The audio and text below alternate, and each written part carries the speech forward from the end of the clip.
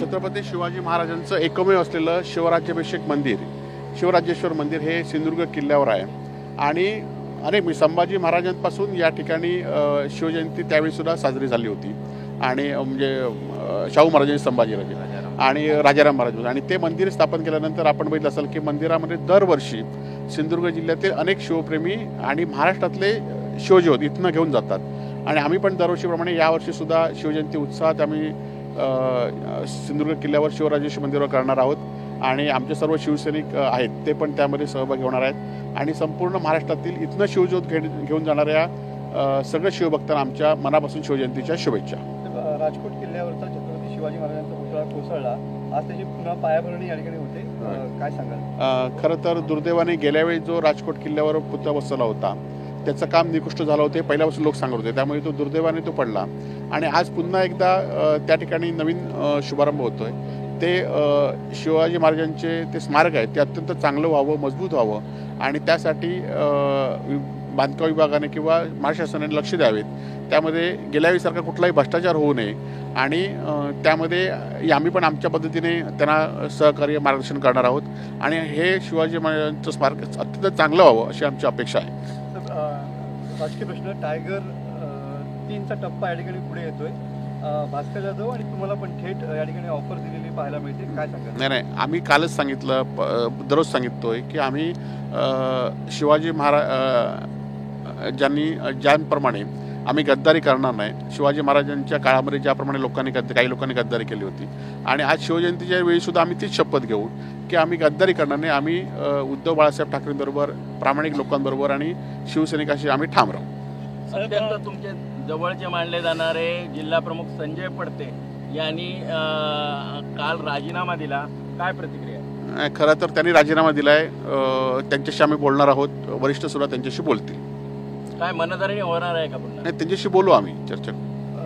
Sir, काल एकनाथ शिंदे असं म्हणाले, जर मुख्यमंत्री उद्धव ठाकरे झाले नसते तर शिवसेना फुटली नसती. नाही, आता खरं तर एकनाथ शिंदेनी तेव्हा भाजपबरोबर काय युती केली नव्हती उद्धवजींनी, हे आता एकनाथ शिंदेना कळलं असेल. कारण माहीत असेल की सगळे निर्णय मुख्यमंत्रीच घेत आहेत. आणि ज्या पद्धतीने त्यांना काल सुरक्षा काढून घेतली आहे, निधीची कपात आहे, ह्या सगळ्या गोष्टीमुळे आता त्यांना कळेल की त्यावेळी उद्धवजींच्या काळामध्ये सुद्धा असंच सरकार स्थापन असताना आपला विश्वास घेत नव्हतं असं ह्यांचंच म्हणणं होतं. जे आता मंत्री झालेत हेच मंत्री त्यावेळी सरकारमध्ये होते, आता तेच सरकारमध्ये आहेत. आणि आमचं एक म्हणणं आहे की तुम्ही इतर गोष्टी करण्यापेक्षा आता महाराष्ट्राचे वेगवेगळे प्रश्न आहेत, ते प्रश्न सोडवण्याचा प्रयत्न या ठिकाणी करा. सर, दसरा मेळाव्यावर मनोहर जोशी यांचा अपमान करून त्यांना स्टेजवरून खाली आणण्यात आलं होतं. तशीच रामदास कदम यांना देखील परिस्थिती अपमान करण्याची तयारी जी आहे ती उद्धव ठाकरे यांनी केली होती, असं गौप्यस्फोट जो आहे तो एकनाथ शिंदेने केला, त्याकडे कसं पाहता? नाही, आता झालेल्या गोष्टीकडे पाहण्यापेक्षा तुम्ही का शिवसेनेपासून वेगळे गेलेला आहात, त्यामुळे तुम्ही आज महाराष्ट्राचा कारभार बघा, तुमची शिवसेना वाढवण्याचा प्रयत्न करा. आज जे लोक येत नाहीत त्या लोकांना तुम्ही आमिषात येत आहेत, त्या लोकांना दबाव टाकताय. आणि त्यामुळे तुमच्याकडे आलेला प्रत्येक माणूस हा विचाराने किंवा तुमच्या प्रेमापोटी केला नाही तर दबावामुळे, फायद्यामुळे, स्वार्थामुळे गेला आहे. हे आता महाराष्ट्रातली जनता ओळखलेलं आहे. निश्चितपणे यापुढच्या काळामध्ये सुद्धा जे तुमच्याकडे जातील त्यांना काहीतरी स्वतःचा व्यक्तिशः स्वार्थ असेल म्हणूनच जातील, अशी आता महाराष्ट्रातील जनतेची भावना झाली. शिवसेना जेव्हा फुटली त्यावेळी तुम्हाला देखील ऑफर होती, आता देखील ऑपरेशन टायगर आहे, तुम्हाला काय ऑफर आहे? नाही, खरं तर आम्ही त्यावेळी सुद्धा शिवसेना फुटीच्या वेळी सुद्धा आम्हाला ज्या ऑफर होत्या त्या आपल्या सगळ्यांना माहिती आहेत आणि आम्ही त्या ऑफर नाकारल्या आहेत. त्यामुळे आमचं नुकसान झालं असेल तरी आम्ही ज्या ऑफर नाकारल्या त्याबद्दल आम्हाला अभिमान आहे की आमच्यासारखे काही लोक असे असतील की जे उद्धवजींबरोबर, शिवसैनिकांबरोबर प्रचारांना करणार नाहीत. आणि त्यामुळे आजही आम्हाला ऑफर आता काय येण्याचा प्रश्न नाही, परंतु आल्या तर त्यासुद्धा आम्ही नाकारतो. एसीबीची चौकशी जी आहे ती तुमची केली जाते, मात्र राजन सावींची चौकशी कुठेतरी थांबले पाहायला मिळते. ते त्यांच्या महायुतीच्या वाटेवर असल्यामुळे हे सगळं झालं. नाही, आता आपण बघितलं असेल की ज्यावेळी ह्या चौकशा सुरू झाल्या होत्या महाराष्ट्रातल्या, त्यातला तर मी एकटाच राहिलो की जे मी त्यांच्यात गेलो नाही, त्यामुळे माझी चौकशी चालू राहणार आहे. आणि मी त्याही सांगितलं की माझा हा लढा एकट्याचा आहे, तो मी चौकशीचा एकट्याचा लढा मी चालू ठेवीन, मी काय कोणाला भिकलणार नाही. पण जो त्यांच्यात गेले त्यामध्ये सगळ्या चौकशाच संपल्या, हळूहळू ते आता खातं बंदच करतील मला वाटतं. साहेब, जितेंद्र जानवळे सुद्धा आज या ठिकाणी शिवसेनेमध्ये चाललेले आहेत, काय प्रतिक्रिया? नाही, ते मुंबईतले आता सगळे एखादे कार्यकर्ते झाले त्याला केवढं मोठं करायचं, ते काय नगरसेवक नाही होते, कोण नाही होते, त्यामुळे त्याला त्या प्रश्न आहे. साहेब, छत्रपती संभाजीराजे यांच्या जीवनावरील चित्रपट रिलीज झालेला आहे छावा, सुपर डुपर हिट ठरला. आपण कसं पाहता याकडे? मी कालच चित्रपट बघितला. आज पण माझी मुलांनी परिवाराने घेऊन मी हा पिक्चर बघणार आहे. अत्यंत चांगला पिक्चर आहे. खरं तर त्यावेळीसुद्धा खंडोजी